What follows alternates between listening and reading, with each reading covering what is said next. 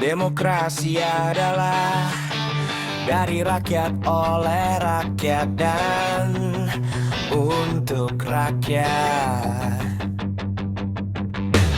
Negara demokrasi tidak pernah ada satu suara yang terlalu kecil untuk didengar.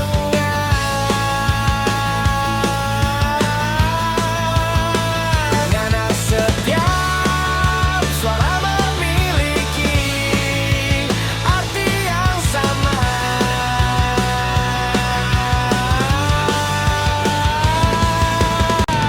Adik sanak, mari berdemokrasi di podcast Komisi Pemilihan Umum Kota Bengkulu. Adik sanak, mari berdemokrasi di Komisi Pemilihan Umum Kota Bengkulu.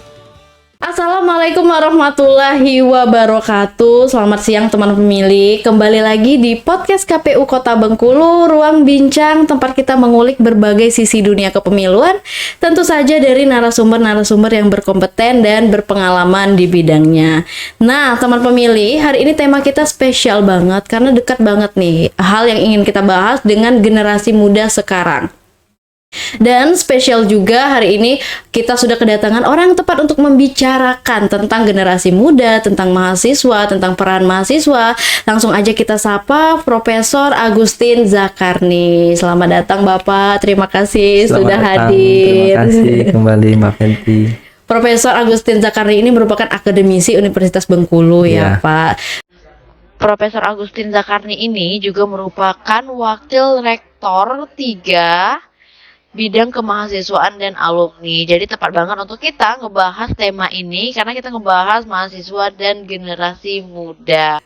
Baik, saya Agustin Zakarni. Saya adalah alumni dari Universitas Bengkulu. Itu tahun 98 masuknya, 2003 selesainya. Saya baru lahir itu Pak. Iya, waduh, itu kan saya kan udah tua kan. Program studinya adalah ilmu hama dan penyakit tumbuhan dahulu. Kalau sekarang namanya proteksi tanaman. Jadi pertanaman, Fakultas Pertanian gitu. Ya. Kemudian lanjut ke IPB University ya. Sekarang IPB University tahun 2006. Bidangnya masih ke hama penyakit tetapi lebih spesial ya. Saya ambil ke serangga ya, entomologi gitu. Kemudian tahun 2013 ya itu saya lanjut ke EG University itu di Turki. Turki ya Pak. Ya, bidangnya sama serangga juga. Serangga juga. Ya, dan sekarang guru besar di Universitas Bengkulu, bidangnya serangga. Jadi saya ini Profesor Serangga. Ya. Nyebutnya Profesor Serangga gitu ya Pak. Bilangnya Profesor Kutu Putih katanya, karena saya penelitiannya kepada kutu putih serangga. Nah, teman pemilih, selain menjadi dosen, akademisi, Bapak Agustin Zakarni ini juga aktif ya Pak membina organisasi-organisasi kemahasiswaan, organisasi generasi muda, dan kemarin juga baru aja melantik kegiatan apa itu Pak? Dari apa namanya? Ya, kegiatan organisasi menjadi bagian yang tidak terpisahkan ya. Di S1 itu saya banyak menjadi ini nih sebagai sebagai pembentuk ya, kreator ya, pembuat hima gitu. Oh, keren sekali. Founder ya Pak bahasanya sekarang. Iya kan. Karena saya angkatan pertama waktu itu kan, dan banyak teman-teman itu memang angkatan pertama. Jadi kita lebih kepada dewan pembentuk ya, founder itu. Kemudian di S2 juga sama, kita membuat himpunan mahasiswa muslim pasca sarjana, Himpas namanya. Lagi-lagi kita meng-create itu. Kemudian waktu di S3 juga sama, kita membuat PPI gitu kan. Jadi sangat menginspirasi ya Pak. Lebih kepada thinker sebenarnya, ya kan. Menciptakan nah gitu. Oke, jadi tepat banget nih ngomongin masalah anak muda, generasi muda, mahasiswa nih, Prof. Kita kan sering nih mendengar bahwa mahasiswa itu sering disebut-sebut sebagai agent of change. Ya, betul. Dalam konteks demokrasi dan pemilu, kira-kira seperti apa sebenarnya peran mahasiswa sebagai agen perubahan itu sendiri, Prof? Ya, saya kira apa yang kita lihat hari ini ya, bangsa kita yang dilakukan dalam praktek demokrasi juga itu merupakan bagian yang tidak terpisahkan dari pengalaman masa lalu para mahasiswa. Ketika para pemimpin ini menjadi mahasiswa, ya kan? Dan mayoritas lah ya sekarang yang diberi amanah sebagai pemimpin, baik itu kepala daerah, ya kan, kepala legislatif, eksekutif di tingkat provinsi dan tingkat pusat juga, dan bahkan presiden juga ya sekarang itu merupakan orang-orang yang banyak terlibat dengan kegiatan-kegiatan organisasi di masa mudanya, gitu kan. Dan ini menunjukkan kepada kita bahwa mahasiswa tidak bisa disepelekan. Betul. Ya kan? Apa yang mereka buat hari ini itu merupakan rancangan yang terbaik di masa depan, bisa jadi. Ya kan? Karena mereka mengalami masa sulit, misalnya mereka tidak percaya trust misalnya dengan sistem pemerintahan sekarang. Kemudian mereka meng-create, kayaknya nggak bagus gitu, kita harus buat sistemnya seperti ini. Ya kan? Mungkin nanti kalau sekarang kami sudah mulai, kalau ingin menjadi BEM itu mereka harus memiliki nilai IPK 3 minimal. Oh, ada spesifikasi khusus gitu ya. Jadi ada nilai akademik, ya kan? Karena banyak juga stigma orang kalau misalkan kita aktif organisasi pasti lulusnya lama. Jangan ikut organisasi. Nanti Sekarang lulus udah lama. jadi tren, ya kan?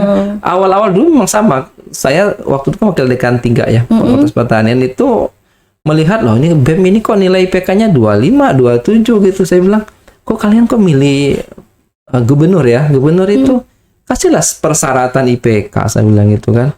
Jangan hanya sekedar lihat ini yang jadi gubernur atau yang suka politik praktis lah istilahnya dalam waktu itu kan.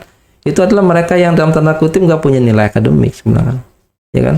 Nah akhirnya diadopsi. Sekarang saya ditanya, ada Pak, saatnya 3,0 dia bilang gitu kan. Nah ini kan cakep, saya bilang. Artinya pemimpin di masa depan itu dia harus cerdas secara akademik juga, jangan secara emosional saja gitu kan. Apalagi sekarang era sosial media, pemimpin gitu. itu banyak nggak peduli akademis, tapi lebih ke citra di sosial media. Bisa jadi nanti ini mereka sekarang kan para generasi muda kita ya, itu 10-15 tahun ke depan mereka jadi pemimpin. Dan mereka mengatakan, dulu waktu saya menjadi presiden mahasiswa ada syarat IPK kok gitu kan. Kenapa sekarang jadi gubernur nggak ada syarat IPK-nya gitu kan? Di DPR gitu ya Pak. Sekarang kita masih ditolak. Kenapa? Orang yang hari ini berkuasa adalah ketika itu mereka tidak mensyaratkan itu, ya kan? Bagi mereka isu ini tidak terlalu menarik, ya kan? Tapi bagi generasi 10 tahun ke depan, ya mereka sudah terbiasa dengan tadi bahwa pemimpin itu harus punya IPK akademik bagus, emosional bagus, ya kan? Kemudian apalagi fisik bahkan juga harus bagus, ya kan? Apalagi nih keseimbangan lingkungan, kecerdasan lingkungan kan sekarang nggak diukur. Mungkin nanti ya kan untuk menjadi kepala negara atau daerah itu dia harus memiliki kecerdasan lingkungan. Karena begitu banyak masalah lingkungan saat ini kan, dan mereka menganggap itu penting. Karena aturan ini kan dibuat oleh orang-orang yang sekarang ini ya berkuasa. Lebih jadi, cerdas secara umum, secara luas lagi ya Pak, masalah lingkungan, sekitar. Jadi apa yang mereka lakukan hari ini sebenarnya cerminan ya 10-15 tahun ke depan demokrasi Indonesia itu seperti apa. Dan kemudian kalau ini ya, lagi-lagi ini kalau teman-teman yang sekarang ini diamanahkan di bagian legislatif, eksekutif, mereka bisa mengadopsi juga sebenarnya kan. Kami di kampus sekarang sudah melakukan e-voting. Pemilihan ya kita kan. Sistemnya udah digitalisasi. Kenapa dibuat digitalisasi? Karena banyaknya muncul kecurangan. Pertikaian, baik itu pertikaian secara ideologis maupun secara fisik. Ya kan? Itu menimbulkan kerugian-kerugian material, kerusakan segala macam kan. Sehingga platform digital yang dipakai hari ini adalah platform yang betul-betul dirasakan nyaman, tanpa ada kecurangan, tanpa ada kerusakan, tanpa ada apalagi ini penundaan waktu, dia on time segala macam ya. Nah ini mungkin juga menjadi rujukannya kan, bahwa untuk daerah-daerah tertentu kita bisa melakukan platform itu dengan baik, ya kan, mengadopsikan lah mahasiswa aja udah digital kok gitu misalnya gitu kan. Lagi-lagi ini kan sebagai tadi kan Masukan ya Pak. sebagai agent of change yang sebenarnya mereka tunjukkan dalam bentuk sikap, ya kan? Mereka tidak berdemonstrasi minta digitalisasi kan, tapi sebenarnya mereka bilang, oh lihat nih kampus kami gitu kan. Mereka memberikan contoh, membuat nah, gebrakan ini. baru gitu ya Itu Pak. saya kira- Tidak hanya menuntut demonstrasi dan segala macam. Iya, saya kira hal seperti itu yang perlu diedukasi juga ya. Demonstrasi itu kan tidak hanya dalam bentuk tadi ya, jumlah massa, fisik ya, tapi individu juga bisa berdemonstrasi. Dan ide-ide itu kan bisa disampaikan dengan cara yang lebih elegan dan lebih akademis gitu ya Pak. intelek Daripada ya. brutal, lempar-lemparan, Betul, gas betul, air betul. mata. Itu saya kira yang akan menjadi platform ke depan ya. Sekarang kan demonstrasi digital kan dalam bentuk no viral, no justice gitu betul kan banget. demonstrasi kan. Tapi dalam bentuk media massa di blow up segala macam. Menarik banget nih Pak. Membuka perspektif aku juga. Dulu aku pikir waktu mahasiswa disebut agent of change gitu. Aku pikir sesuatu yang dilakukan mahasiswa pada saat jadi mahasiswa itu sendiri yang membawa perubahan. Ternyata sudut pandangnya jauh, 10 sampai 15 tahun ke depan itu masih berpengaruh gitu ya Pak. Benar. Wow. Jadi tidak langsung ya, tetapi dia memberikan perubahan secara sistematis terukur ya. Oke. Kita geser dikit bicara demokrasi Pak. Ya. Kalau misalkan demokrasi di mata anak muda, sekarang kan banyak anak muda, apalagi masih mahasiswa itu udah mulai apatis, udah mulai kayak nggak percaya lagi sama pemerintahan, kayak gitu. Menurut Bapak itu gimana Pak? Jadi ini menarik, ini saya coba bertanya ke Gemini dan ChatGPT sebenarnya, ya kan, tentang bagaimana pola politik ya anak-anak Indonesia sekarang ini, dan jawabannya cukup bagus dan konsisten juga antara Gemini dengan ChatGPT itu ya sebagai AI, ya kan. Dia mengatakan bahwa jadi partisipasi anak-anak muda itu sekarang ya di tahun 2024 yang lalu pemilu itu 55 sampai 60%. Hampir Ya, setengah itu dari Gen Z seluruh dan pemilih. Gen Y, ya kan? Zilenial dan milenial yang memilih kan itu kan sekarang Gen Z udah milih, ya kan? Itu 55 sampai 60%. Itu pemilih adalah Gen Z dan Gen Y digabung, ya kan? Nah, dari 55-60% itu keterlibatan mereka untuk mencoblos itu 85% lebih. Ya kan, artinya apa? Mereka nggak apatis sebenarnya. Keterlibatan mereka tinggi, dan keterlibatan mereka itu tidak hanya diukur dalam bentuk partisipasif pemilih, tetapi juga ikut mencoblos pemilih, ya kan? Nah, tapi ada satu ini yang cukup menarik, yang kontradiksi, yaitu apa? Tingkat kepercayaan mereka dengan partai politik dan mau ikut ke mereka cuma 1,1%. Jadi udah isu ya mahasiswa generasi muda ke partai politik. Jadi yang jadi isu kita seharusnya sekarang mungkin jadi ini ya, jadi kajian di partai politik ya. Kalau mereka pemilih terbanyak, ya kan, dan mereka tidak percaya dengan parpol, ini kan perlu ada usaha ini, ya kan? Kalau parpol itu tadi itu mau dipilih oleh sekian banyak orang ini, ya kan? Karena keterlibatan mereka untuk ikut di parpol itu cuma 1,1%. Sedangkan sekarang yang menguasai digital, menguasai bidang-bidang terbaru itu banyak anak muda ya Pak. Kalau misalkan tidak ada keterwakilan anak muda di parpol itu ini yang kurang maksimal. Tadi, itu kurang maksimal satu. Yang kedua, ini gampang sekali untuk dimanfaatkan. Ya kan? Ya kan? Artinya apa? Ya, pendidikan politik itu tidak berjalan dengan mereka kan. Orang kalau politiknya bodoh gimana kira-kira? Yang bermain adalah politik uang. Betul sekali. Ya kan? Itu yang bermain, dan itu cara yang paling menguntungkan bagi orang yang punya dana. Ya jadi, kan? Mereka membuat masyarakat itu bodoh politik itu lebih suka mereka, ya kan? Karena kalau mereka sudah cerdas politik, uang nggak bisa dipakai. jadi kalau misalkan mahasiswanya nggak mau tersentuh parpol, nggak mengerti mengenai politik, partai politik dan lain, jadi awam gitu ya Pak. Jadi parpolnya jadi semakin menguasai. Oh iya. Dan parpol akan diisi oleh orang-orang yang punya uang. Betul sekali. Bukan orang-orang yang punya ide. Itu sangat powerful sekali keterlibatan anak muda sekarang Makanya ini. kita juga menghimbau, dan salah satunya saya kira hari ini kita podcast ya, itu memberikan gambaran adik-adik mahasiswa yang hari ini menonton mungkin ya, maka Anda tidak boleh seperti itu. Anda harus cerdas. Saya sering kali juga memberikan tawaran kepada mahasiswa, saya bilang, kalian yang mau ikut parpol ketika masih mahasiswa itu saya sangat dukung, saya bilang kan. Jadi bukan sebuah aib bagi Anda, saya bilang kan, itu untuk misalnya nyalek dia kan. Ketika mahasiswa nyalek kan boleh, usianya boleh. kan sudah itu kan.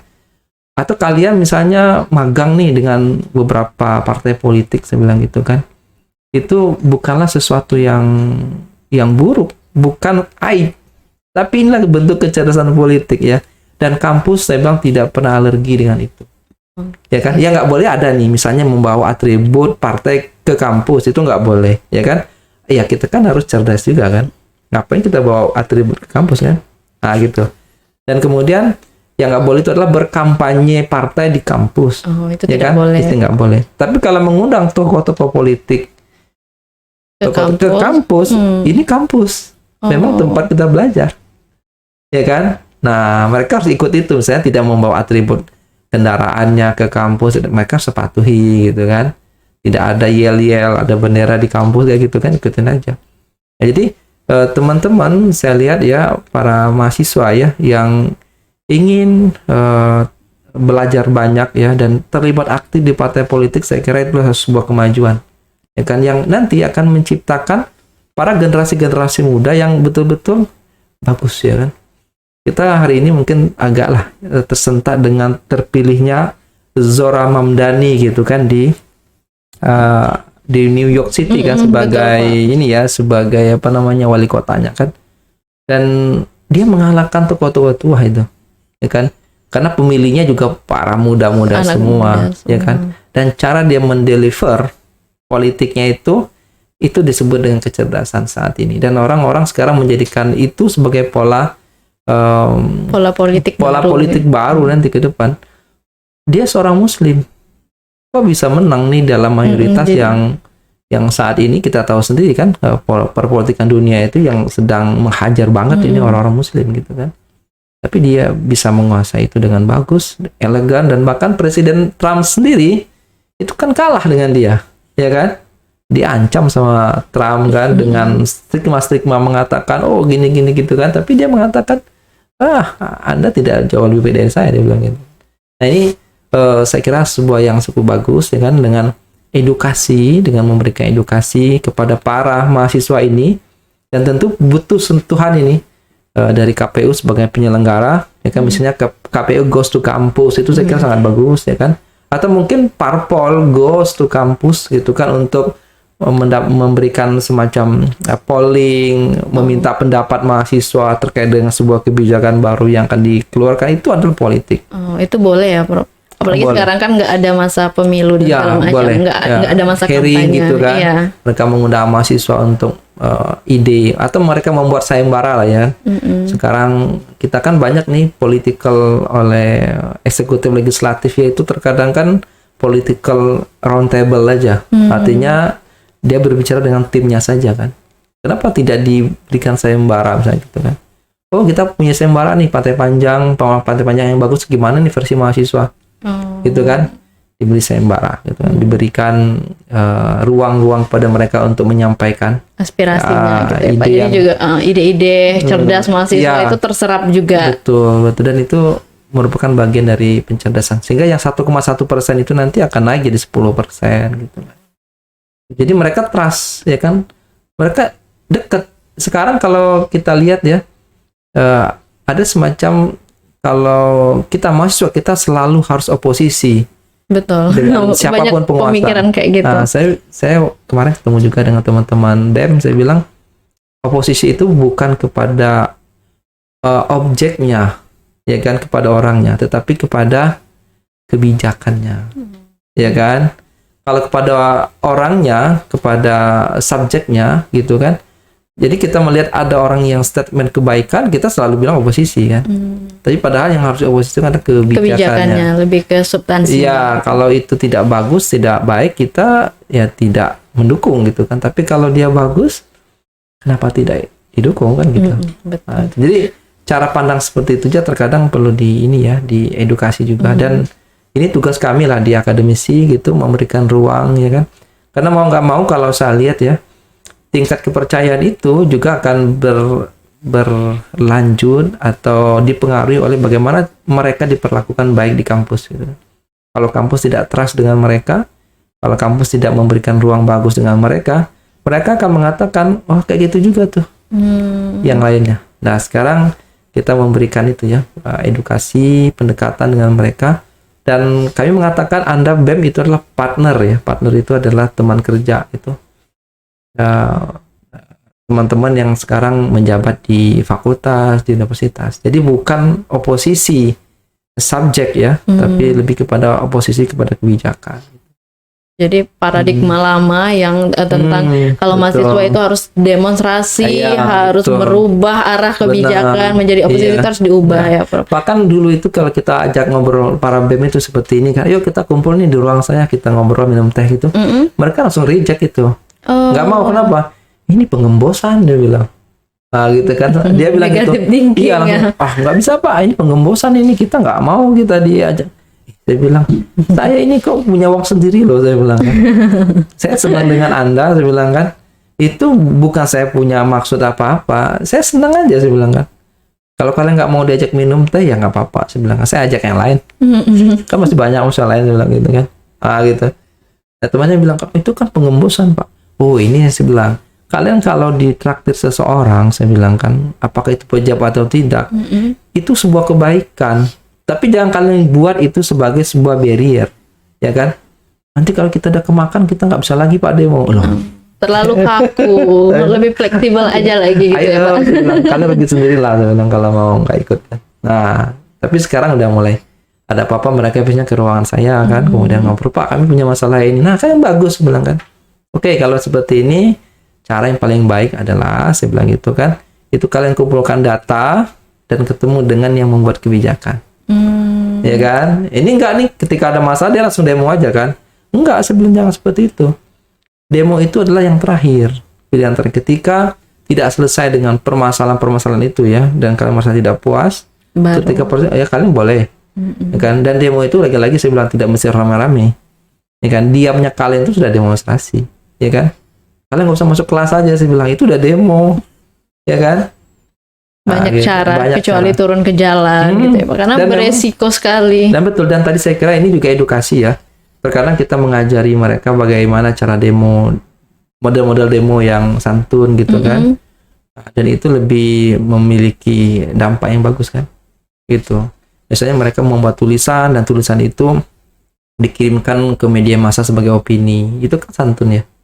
Ya kan? Ketimbang mereka coret-coret, tempel di dinding-dinding ya kan, atau coret-coret vandalisme gitu kan, merusak tuh. Iya. Ya kan, jadi merusak fasilitas publik juga. Benar, ya Pak. dan orang nggak simpatik dengan Anda, bilang kan. Tapi kalau Anda tulis dengan bagus, ya kan. Kalian buat teater, kemarin ada teater, nih buat panggung teater, ya kan. Nah, curahkanlah semua kritikan kalian tuh di teater itu. Dan teater ini nanti, ya kan, itu di live streaming kan, atau di video kan dengan bagus, ya kan. Dan kita tonton sebagai sesuatu yang ini ya. Dan yang menonton itu ada yang tersinggung dan tersindir kan. Nah, itulah bentuk perubahan. Ya kan? Bentuk demonstrasi ya Pak. Oke. Berarti Pak, sekarang kan aku lihat nih di sosial media itu banyak sekali anak muda itu sebenarnya kreatif, dan udah banyak juga yang peduli terhadap demokrasi pemerintahan. Cuman caranya mungkin banyak yang bikin meme politik, cuman menyerang personal, terus banyak juga dengan bahasa-bahasa yang tidak akademisi.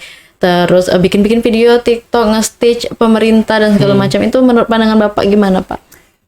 Ya tadi ya, ini kan kebebasan demokrasi itu memang membuka ruang ya.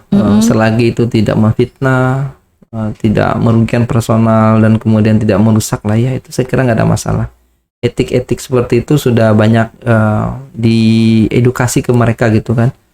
Dan sekarang banyak dalam bentuk konten kreator lah saya lihat ya, konten kreator, baik itu yang monolog ataupun yang dialog ya. Yang monolog itu dia berperan dirinya sendiri gitu kan, memerankan suatu peristiwa, dan kemudian orang merasa oh itu saya gitu, ya kan. Itu juga hal yang cukup bagus sebenarnya kan. Lagi-lagi kita ya ini harus mengedukasi mereka dengan batasan-batasan itu. Nah, sekarang di Universitas Bengkulu itu kan ada semacam apa namanya profesi ya, ada sertifikasi, ya kan?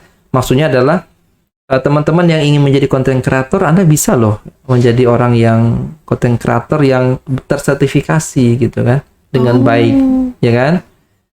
Sehingga itu tidak hanya bentuknya adalah apa ya, sekedar hobi saja, tetapi nanti bisa menjadi sebuah usaha, sebuah profesi yang bagus gitu kan. Nah, ini lagi-lagi tugas kita lah ya. Dan sekarang juga sudah banyak saya lihat juga komunitas ya, komunitas konten kreator yang itu kemudian dibimbing atau dibina oleh konten kreator yang senior gitu kan. Kemudian mereka mengedukasi juga yang bagus seperti ini tidak kena ban ya kan, harus menggunakan kalau sound itu seperti ini, perkataan juga gitu kan, yang terlalu buruk itu disensor gitu kan. Kemudian dengan nama-nama tadi kan, nama-nama samaran yang itu tidak membuat orang tersinggung segala macam. Itu saya kira hal yang sudah cukup bagus untuk dilakukan kan? Dan kita melihat sendiri hari ini orang-orang yang tidak mengerti tentang aturan itu, mereka dibully balik. Dan bahkan ya kan kemarin kan ada kasus ya kita yang viral itu ya, terkait dengan mereka yang anaknya di WNA kan gitu kan. Betul. Itu nggak ada masalah, tapi masalahnya ketika dia menyebut bahwa saya ini korban WNI ya gitu kan. Jadi dia melecehkan negaranya sendiri ya kan. Harusnya kalimat itu tidak perlu ada. Ya jadi kan? itu yang perlu diedukasi. Nah, ya, itu Pak. yang harusnya menjadi perhatian kita bersama ya. Kita boleh saja senang, berbahagia, tapi dalam kategori bahagia kita itu juga membahagiakan orang lain, ya kan? Kita sedih boleh, tapi juga kesedihan kita itu jangan melampiaskan kesedihan kepada orang lain juga gitu kan. Jadi batasan-batasan seperti ini saya kira membutuhkan ini ya, latihan, edukasi, dan kampus adalah salah satu tempat yang tidak bisa kita pungkiri dari mana dia mengambil karakter itu. Jadi perlu kita pahami bersama, pemimpin hari ini itu adalah cerminan karakter dia ketika dia di kampus di masanya. Ya kan? Nah, itulah. Bagus dia di masanya, dia menjadi pemimpin bagus. Buruk dia di masanya, ya ini yang terjadi. Rekam jejak kalau orang-orang sekarang bilang karakter ya. Jadi karakter itu diambil dari kebiasaan mereka ketika di kampus. Nah, ini tugas kita pertama nih, meng-create sebanyak mungkin orang-orang baik kan. Harapannya 10-20 tahun lagi nanti kebaikan itu terbawa. Makanya saya ini termasuk dosen yang killer ini. Killer itu gini maksudnya. Kalau ada mahasiswa saya itu yang mencontek, mengepek atau cheating gitu ya, itu langsung saya kasih 0. Di awal kuliah udah diiniin kan, udah di-mention kan dalam aturan perkuliahan bahwa mencuri, kejahatan terbesar mahasiswa adalah mengepek. Ya curang kan? Ya, Pak. Curang. Ya. Sekarang, dan karakter itu berbahaya kalau nggak dijaga, ya kan? Bisa berkembang nanti kalau sudah bekerja di tempat kerja. Itu. Dan sekarang sudah mulai diikuti oleh teman-teman yang lain, saya lihat kan. Kalau dulu saya mandiri aja gitu, ya kan. Ada nilai E, ya kan. Kenapa ya? Saya bilang dia mencontek, ya kan. Berarti kampus itu benar-benar sangat powerful ya Pak. Iya, punya peran yang luar biasa lah. Yang baiknya kampus mempengaruhi kebaikan kita di masa depan juga, saya kira. Oke. Kalau misalkan di Universitas Bengkulu sendiri Pak, ada nggak wadah atau kegiatan-kegiatan yang dilakukan khusus untuk sosialisasi atau edukasi pemilu demokrasi gitu, ada nggak? Jadi di kampus itu di tingkat universitas ya, BEM itu punya SLE namanya, Sekolah Leadership Education. Kepemimpinan. Kemudian mereka juga punya Laskar Fatmawati. Kemarin saya juga ikut mewisuda para Laskar Fatmawati, artinya gender ya. Gender, mereka mengambil isu-isu tentang keperempuan, ya kan, yang harus punya peran banyak gitu ya. Mengambil kegiatan-kegiatan yang kesetaraan kegiatan lah ya. Termasuk edukasi, termasuk juga advokasi yang terkait dengan keperempuan gitu ya. Dan ini saya kira hal yang cukup bagus ya, karena salah satu nanti dari poin sekolah mereka itu adalah terkait dengan demokrasi ya. Memang mereka tidak membicarakan tentang demokrasi Indonesia secara umum ya, tetapi mereka mengedukasi tadi demokrasi di himpunan mahasiswa yang terkecil. Karena biasanya mereka yang nanti lulus di sekolah itu, ya itu rata-rata nanti dia akan menjadi bupati, gubernur, presiden kayak gitu kan. Dan sekolah itu sudah cukup lama berjalan ya, dan kita lagi juga yang mendampingi mereka untuk meningkatkan kurikulumnya. Kurikulumnya itu artinya keterlibatan mereka nanti itu tidak hanya sekedar batas ini ya, batas kampus, tapi mampu nggak kita mengedukasi mereka nanti tadi mereka menjadi anggota-anggota dewan misalnya gitu kan, pada usia-usia yang muda. Ya, yang saya sampaikan tadi di tahun pemilihan 2024 ya, yang lalu itu banyak mahasiswa yang ini belum selesai kuliahnya dia mencalon, meskipun tidak menang ya, tidak ada yang jadi gitu kan. Tapi saya kira itu langkah yang sudah cukup luar biasa bagus gitu kan. Mereka berani, mereka mengerti politik gitu kan. Cuman ya tadi juga yang mungkin yang menang ketika itu yang punya modal misalnya gitu kan. Mereka kan masih mahasiswa ya. Modalnya masih belum. Modalnya bukan hanya uang tapi modal sosial relasi gitu ya, Pak. relasi itu masih kurang. Kalau kita bicara tentang pemilu nih Pak, musim-musim pemilu misalnya, musim politik lah, moral apa yang penting banget dijaga mahasiswa atau generasi muda di masa-masa pemilu? Biasanya kan masa pemilu itu apa ya, kayak hangat banget gitu ya Pak, kubu 1, kubu 2, terus perang-perang di sosial media. Nah, apa yang harus dilakukan mahasiswa pada masa itu? Iya, jadi memang ketika ini ya terjadi kompetisi lah ya, tidak hanya pemilu sebenarnya, apapun kompetisi yang terjadi itu memang moral force itu menjadi penting ya. Harusnya mahasiswa itu membawa apapun bentuk interaksi itu harus memiliki nilai kekuatan moral yang bagus. Etik misalnya, etik saja kan. Tidak hanya tadi mereka memilih komti misalnya gitu kan, kalau ini skopnya ada pemilihan ya kan, mereka memilih komti atau memilih ketua hima gitu ya, kemudian memilih atau lagi gubernur, presiden, itu tetap ya ada moral force-nya.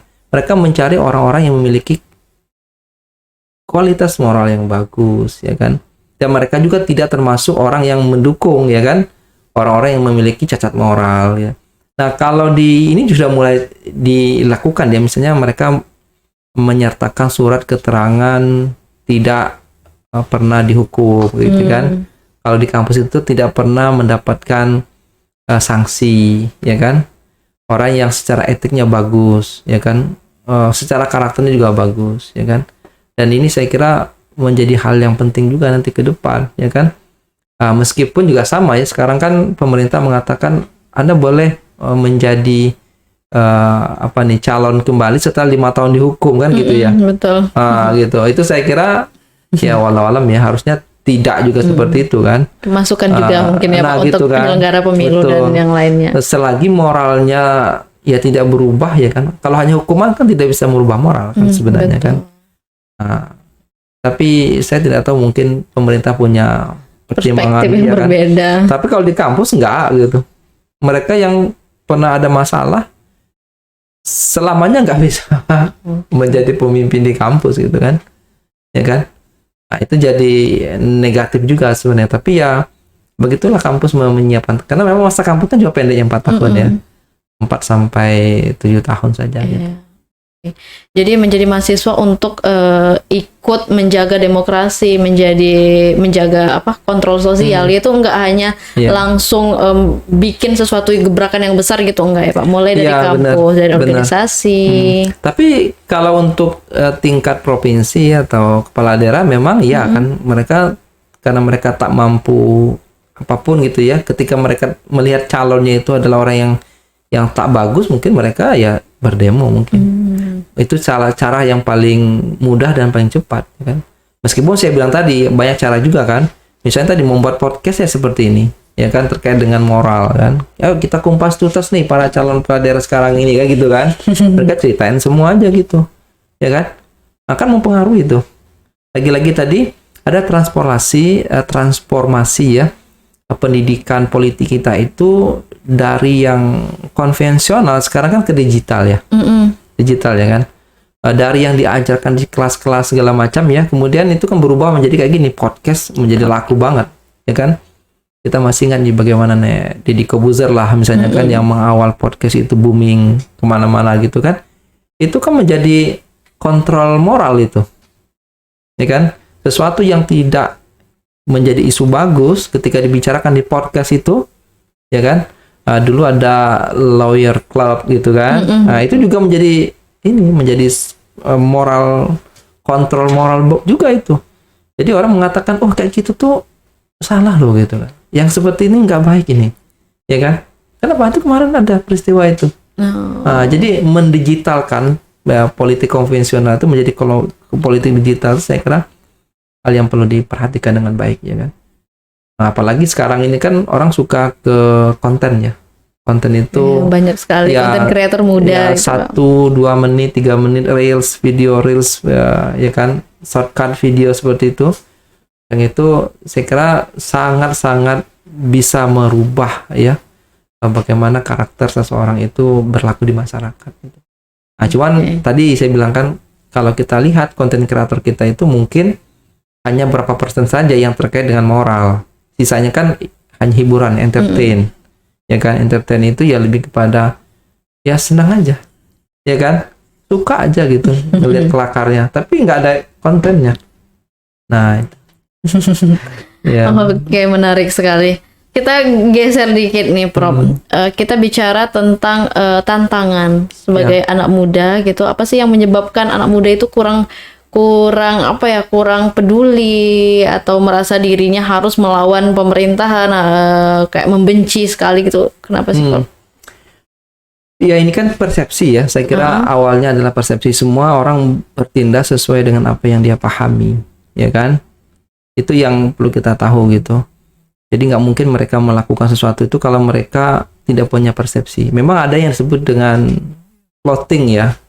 Mereka ngikut-ngikut aja gitu. Ada juga, tapi kebertahanan mereka untuk ikut itu sangat kecil, ya kan? Kenapa? Namanya ikut-ikutan.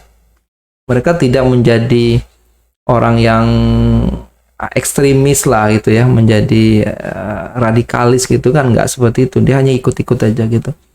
Nah, tapi yang kita harapkan itu adalah memang mereka yang melakukan kegiatan ya, atau mungkin mengambil porsi-porsi aktivitas itu memang dari sebuah kajian, ya kan, sebuah analisa, ya kan. Nah, kami sering itu kalau misalnya ketemu dengan anak-anak itu kan, dia kan biasanya kan mau demo tuh ngasih tahu kan, Pak kita mau demo tuh gitu kan. Dia bilang apa isunya? Oh, isunya tentang ini nih, kebijakan pemerintah tentang ini, tentang PLTD misalnya gitu kan. Oh, apa poin-poinnya? Oh, poin-poinnya ini. Terus saya tanya nih, data kalian apa nih? Ya kan? Nah, gitu, jadi dikejar mereka dengan pertanyaan-pertanyaan yang secara tidak langsung mengatakan kepada mereka, Anda itu harus cerdas dulu gitu kan. Belum ada apa datanya? Lah, kalau gitu carilah dong sebenarnya kan. Di mana nyarinya Pak? Di sana carinya, ya kan? Jadi kalian lengkap dulu datanya itu dengan baik, ya kan? Sehingga kalian tahu titik permasalahannya. Kalau kalian ingin merubah, ya kalian harus punya opsi juga, saya bilang gitu kan. Kita jangan hanya mengatakan jangan, tapi ketika mereka menanyakan apa solusinya, ada juga. Oh iya. Ya kan? Nah, ini saya bilang. Nah, kemudian tadi gunakan pendekatan-pendekatan. Karena tidak semua orang itu suka dengan pendekatan demonstrasi, ya kan? Anda buat tadi dibilang kan kayak mural, karikatur, ya kan, atau mungkin lagu gitu kan, yang dilakukan oleh banyak orang, itu saya kira ada segmentasi juga gitu. Jadi kalau segmentasi demonstrasi itu hanya mengambil 20% perhatian publik, saya bilang kan, yang 75% itu kan ada lagi nih. Oh, kalian harus ambil yang sisi akademisinya dengan tulisannya, itu ambil tulisan. Jadi dibuatkan dengan bagus gitu. Nah, itu secara nggak langsung sebenarnya mengedukasi mereka kan. Saya tidak mengatakan Anda harus belajar, tidak, tapi dengan pertanyaan-pertanyaan seperti itu, mereka mengevaluasi kembali gitu kualitas kegiatan yang mereka lakukan nanti, ya kan? Dan ini saya kira bagian dari edukasi. Dan kalau semua orang lah ya, itu menyiapkan dengan baik demonstrasinya itu, yang mereka dapatkan adalah pengetahuan sebenarnya, ya kan? Tapi kalau tidak, yang didapatkan hanya luka, cacian gitu kan. Jadi diedukasi gitu ya, Pak. Dan caranya, ya, caranya itu bermacam-macam. Tidak mesti di kelas, tidak perlu harus dengan ini ya, tapi dengan pertanyaan terkadang itu sudah cukup mengarahkan mereka untuk lebih memaknai apa yang mereka inginkan gitu.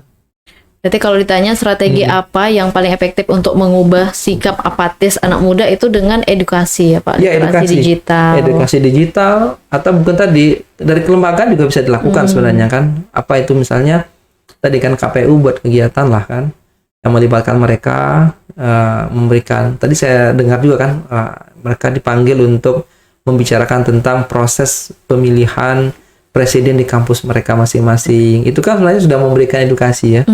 Jadi gini maksud saya, edukasi itu nggak selalu identik dengan kelas. Tapi tadi sebuah undangan, pertemuan, ya kan kita kan mereka dapat banyak insight, kita juga punya dapat insight. Nah, insight itu dapat tuh dari pertemuan itu. Tokoh-tokoh partai politik saya kira sangat bagus sekali kalau misalnya mereka mengundang mereka semua kan dalam sebuah pertemuan besar atau resesnya lah gitu ya. Kemudian meminta pertimbangan para generasi-generasi muda ini gitu kan. Ini kita punya masalah besar nih, bagaimana cara Anda menyelesaikan ini? Apa ide gila Anda ini? Gitu kan? Diberi ruang itu, ya kan? Itu tidak hanya memberikan kecerdasan kepada sang tokoh ini, tetapi juga secara tidak langsung sudah memberikan edukasi kepada mereka. Nanti kalau Anda jadi anggota dewan itu seperti saya. Ya kan? Ajaklah ngobrol gitu kan. Saya ini wise ya kan, bijaksana. Anda lihat nih ya gitu kan. Secara nggak langsung gitu ya. Jadi ada muncul sebuah potret pemerintah eksekutif misalnya gitu, atau mungkin dewan legislatif ini orangnya seperti ini. Ya kan? Bukan orang yang sulit ditemui, bukan sulit orang yang sulit dinasihati. Orangnya sangat terbuka dan itu dicontohkan, ya kan? Makanya saya lagi-lagi mengambil contoh dari si Zohra Mamdani ini ya. Saya suka lah ngikutin ya kegiatan-kegiatannya gitu. Itu saya lihat kayak gitu. Jadi dia naik ke kereta ya. Kereta itu kan kalau kita kan namanya pencitraan ya. Ya kan? Ya kan kalau kita pencitraan gitu. Kalau dia tidak, dia naik kereta itu sekaligus menyelesaikan masalah yang ada di kereta itu. Jadi nggak cuman tidak hanya datang dokumentasi segala gitu, macam, tidak, tapi ya. dia memberikan contoh. Misalnya gini contohnya kan, ini kereta ini kan kurang bersih nih gitu kan, maka dia membawa kantong sampah sendiri gitu kan, dia membawa tumbler sendiri. Untuk apa? Untuk mengatakan saya aja masih bawa tumbler ini, ya kan? Anda nggak perlu harus yang instan kayak gitu. Jadi dia mencontohkan tadi kan. Nah, orang melihat itu sebagai model ya, role ya, sebagai sebuah contoh figur yang bagus, sehingga jadi ngetren mereka kan. Oh, kayaknya cakep nih kalau kita naik kereta pakai jas bawa tumbler. Malah dan jadi dia tren dan ya dia Pak. tidak merokok gitu kan. Jadi ngelihatnya gitu. Jadi etika-etika seperti ini, pendidikan seperti itu yang perlu juga dilakukan oleh generasi-generasi senior saat ini, ya kan? Bahwa mereka juga punya peran, ya. Dan lagi-lagi tadi tidak orang suka semua ya, karena mereka lebih suka terkadang dalam tanda kutip biarin aja bodoh tuh, gitu kan. Tuh kita ini dinasti kita nih, membangun dinasti menjadi sebuah pilihan nanti. Kalau kayak gitu mahasiswa dan anak mudanya yang harus proaktif belajar. Benar. Dan saya juga kemarin kan ada nih beberapa mantan presiden mahasiswa kan, saya tanya nih, Anda kan sudah mantan presiden nih, bilang kan, sekarang apa tanggung jawab moral Anda sebagai mantan presiden? Saya bilang gitu kan ke mereka kan. Ya Pak, bingung juga kita Pak, ngapain? Nah, saya bilang ini sesuatu yang akan terus terjadi, saya bilang, kalau kalian tidak mempersiapkan mulai dari sekarang. Ya kan? Ya, ini presiden baru, saya bilang kan presiden baru nih. Ketika Anda menjadi presiden, kan Anda kan punya privilege nih kemana-mana kan, dengan nama presiden itu. Ya kan? Bisa nggak Anda gunakan ini, ya kan? Itu untuk membangun jejaring. Ya kan? Jejaring. Kenal, kan mereka kenal semua nih.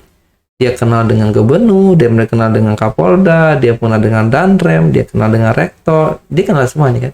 Bisa nggak saya bilang kalian gunakan momen ini untuk membangun jejaring positif Anda? Jadi impact-nya untuk pribadi juga ya Pak, Iya. bukan hanya untuk kampus atau Betul. untuk negara. Jadi betul nanti kalau misalnya ya pemimpin masa depan itu ya dulu mereka pernah jadi presiden mahasiswa, pernah menjadi menterinya mahasiswa, pernah menjadi kastratnya mahasiswa, pernah menjadi dinas sosialnya mahasiswa, ya kan?